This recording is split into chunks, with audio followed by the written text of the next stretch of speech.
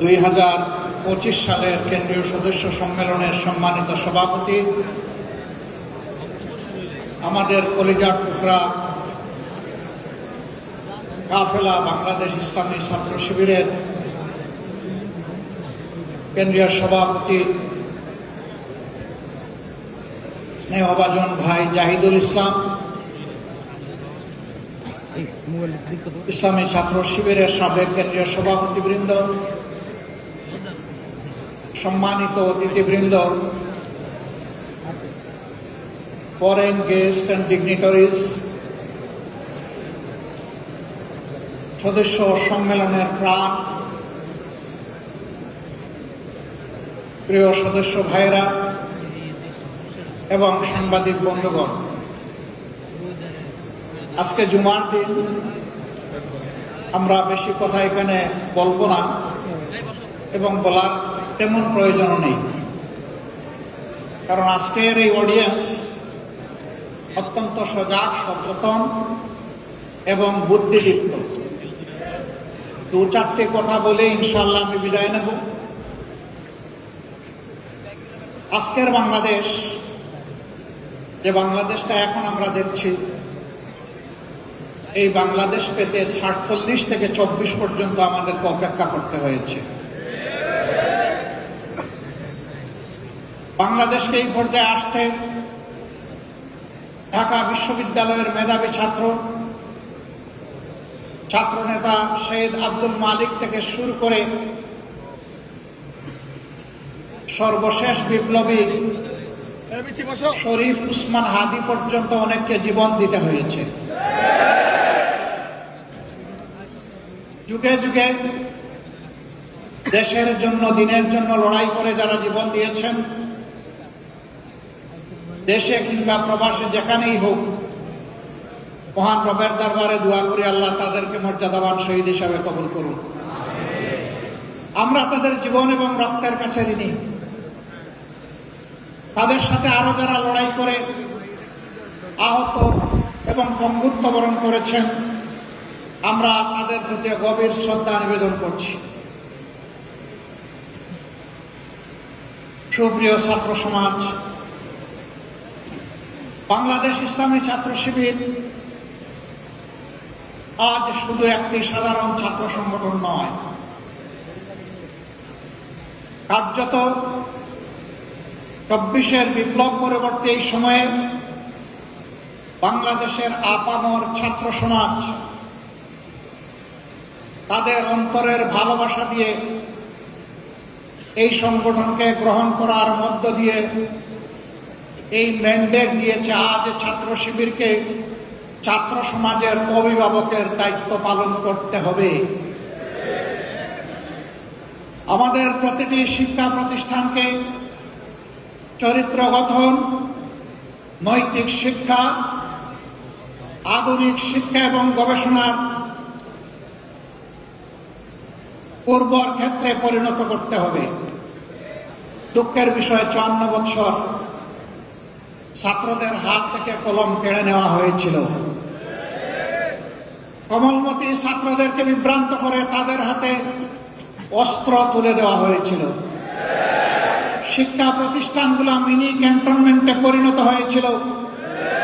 আমাদের মেয়েদের ইজ্জতের কোনো গ্যারান্টি ছিল না, ছাত্রদের জীবনের কোনো গ্যারান্টি ছিল না, তাদের ক্যারিয়ারের কোনো গ্যারান্টি ছিল না। তাদেরকে এই সমস্ত শিক্ষা প্রতিষ্ঠানে পাঠিয়ে মা বাবা সবসময় উদ্বেগ উৎকণ্ঠায় থাকতেন। সেই কালো অধ্যায় আজকে বিদায় নিতে শুরু করেছে, কিন্তু কালো ছায়া এখনো জাতির উপর থেকে যায়নি।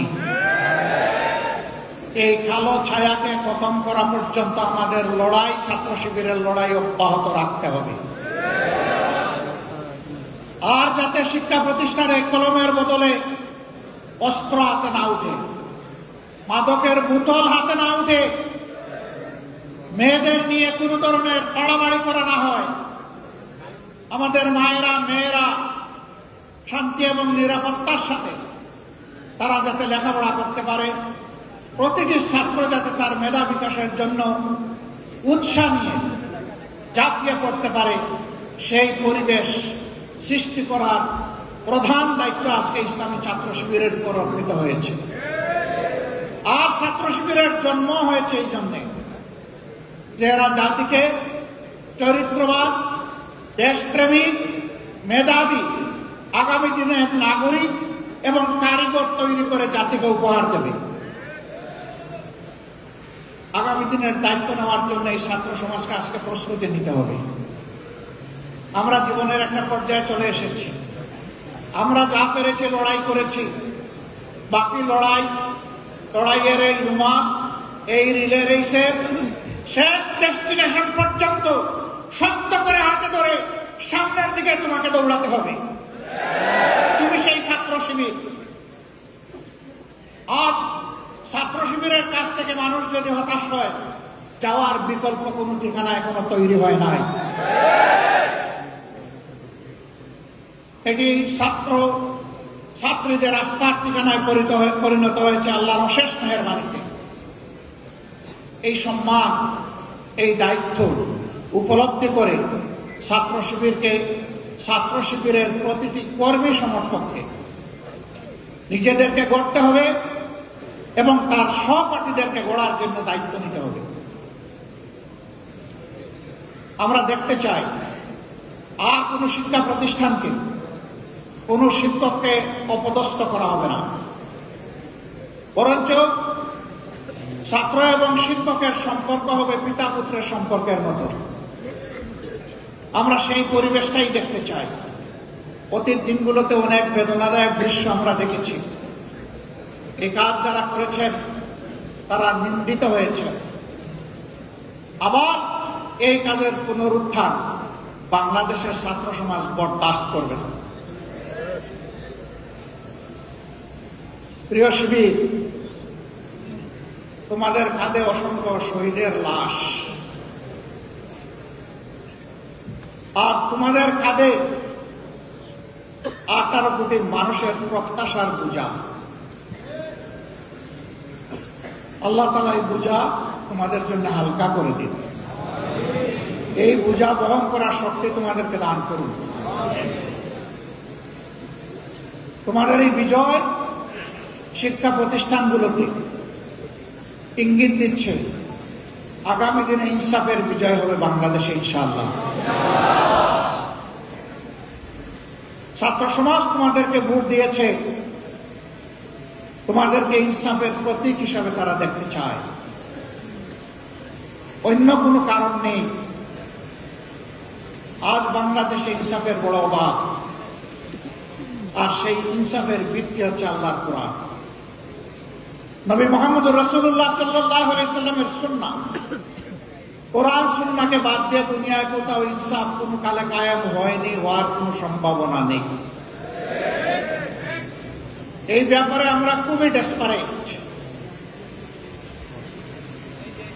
আল্লাহ তাআলার দেওয়া বিধান অনুযায়ী মানুষের জীবনে শৃঙ্খলা সমৃদ্ধি আমরা ফিরিয়ে আনতে প্রতিশ্রুতিবদ্ধ। আমরা একটি দুর্নীতিমুক্ত, বৈষম্য মুক্ত, ইনসাফ ভিত্তিক মানবিক বাংলাদেশ করতে চাই। এমন একটি শিক্ষা ব্যবস্থা তোমাদের জন্য আয়োজন করতে চাই, যেই শিক্ষা ব্যবস্থা তোমাদেরকে মানুষের মতো মানুষ হতে সাহায্য করবে। যেই শিক্ষা ব্যবস্থা তোমাদেরকে শিক্ষার চরম উৎকর্ষে পৌঁছে দেবে এবং এই শিক্ষা নিয়ে, উন্নত চরিত্র নিয়ে, দক্ষ কারিগর হয়ে তোমরা সমাজ গঠনে আত্মনিয়োগ করবে। আর একজন যুবক যুবতীও বেকার থাকবে না। অনেকে সংখ্যা গণে বলছেন আমরা এত কোটি, এত লক্ষ যুবককে কর্মসংস্থান দিব, বাকিদের কি হবে? বলছেন বাকিদেরকে ভাতা দেবেন। আমরা আমাদের যুবকরা কারো কাছ থেকে বেকার ভাতা গ্রহণ করুক তা দেখতেও চাই না, শুনতেও চাই না। প্রতিটি যুবকের হাতে দেশ গড়ার কারিগরের হাতে পরিণত করতে চাই। প্রত্যেকটি হাতে কাজ তুলে দিতে চাই। বেকার ভাতা নয়, বেকার ভাতার পরিবর্তে এরাই দেশে সকল ক্ষেত্রে বিপ্লব সাধন করবে। সেই বিপ্লবের বাণী তাদের মুখে পৌঁছে দিতে চাই, শক্তি তাদের বুকে তুলে দিতে চাই, আর তাদের হাতে কাজ তুলে দিতে চাই। সম্মানিত বন্ধুগণ, তোমরা তৈরি হও, ইনশাআল্লাহ তোমরা পারবা, আমরা তোমাদের সাথে আছি। আমি বরাবর বলি, চুল দাড়ি সাদা দেখে ভুল বুঝবা না, তোমাদের চাইতে আমরা কম যুবক না।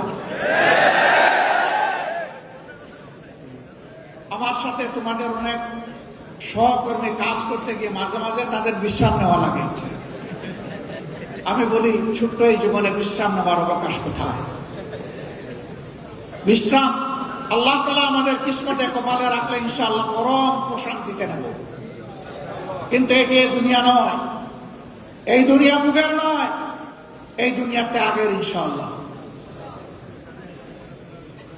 বাংলাদেশ জামাত ইসলামী, ইসলামী সংগঠন সমূহ এবং দেশপ্রেমিক অন্যান্য সংগঠনকে সাথে নিয়ে সেই ইনসাফের ত্যাগের বাংলাদেশ করতে চায়। যারাই আমাদের সাথে আসবেন তাদের প্রতি আমাদের বার্তা স্পষ্ট। নাম্বার 1, আপনি দুর্নীতি করতে পারবেন না, আর কোন দুর্নীতিবাজকে আপনি প্রশ্রয় দেবেন না। নাম্বার 2, সমাজের সকল ক্ষেত্রে সকলের জন্য সমান বিচার নিশ্চিত করা হবে। কোন রাজনীতিবিদ বিচারের দিকে তাকাতে পারবেন না, হস্তক্ষেপ করতে পারবেন না। নাম্বার 3, সকল দলের কবর রচনা করার জন্য জনগণ যে সংস্কারের দিকে তাকিয়ে আছে, সেই সংস্কারের সমস্ত সুপারিশমালাকে বাস্তবায়ন করার প্রতিশ্রুতি দিতে হবে। এই 3 প্রতিশ্রুতিতে যারা একমত হবেন, মোস্ট ওয়েলকাম, আসেন, আমরা সবাই মিলে দেশ গড়ব ইনশাআল্লাহ। সব ধর্ম, সব দল, সব জাতি মিলে ঐক্যবদ্ধ বাংলাদেশ নিয়ে আমরা সামনে এগিয়ে যাব। সেই ঐক্যবদ্ধ বাংলাদেশ ইনশাআল্লাহ শুধু বাংলাদেশকে রাস্তা দেখাবে না, ইনশাআল্লাহ সেই বাংলাদেশ দুনিয়ার বহু দেশকে রাস্তা দেখাবে ইনশাআল্লাহ। সেই দিনটির অপেক্ষায় আমরা লড়ে যাব, আমরা আমাদের জায়গা থেকে সর্বোচ্চটা দিয়ে যাব। আল্লাহ রাব্বুল আলামিন আমাদেরকে সাহায্য করুন, আল্লাহ রাব্বুল আলামিন আমাদেরকে রহম করুন, এবং আল্লাহ রাব্বুল আলামিন তার নিজের জন্য খালেসভাবে আমাদেরকে কবুল করুন। আজকের এই সম্মেলনে আমাকে এখানে কথা বলার সুযোগ করে দেওয়ার জন্য আরেকবার ইসলামী ছাত্র শিবিরকে অন্তরের অন্তঃস্থল থেকে ধন্যবাদ, গভীর কৃতজ্ঞতা জানিয়ে আমার বক্তব্য এখানেই শেষ করছি। আল্লাহ হাফেজ।